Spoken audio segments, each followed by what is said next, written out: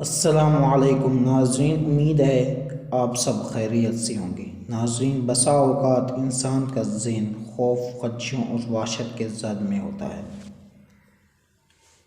اور وہ انجانے خیالات کا سوچ سوچ کے ہی خوف زدہ رہنے لگتا ہے اور یہ شدت اسے ذہنی مریض بنا دیتی ہے۔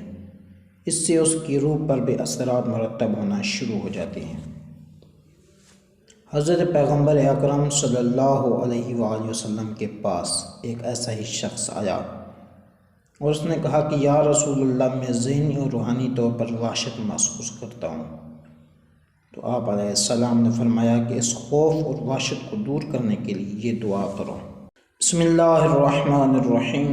سبحان اللہ الملک القدوس رب الملائکۃ والروح خالق السماوات والارض ذی العزت والجبروت۔ پاک ہے اللہ جو حقیقی بادشاہ ہے، نہایت مقدس ہے، ملائکہ اور روح کا رب ہے، آسمانوں اور زمین کا خالق ہے، عزت و جبروت اسی کو زیب دیتی ہے۔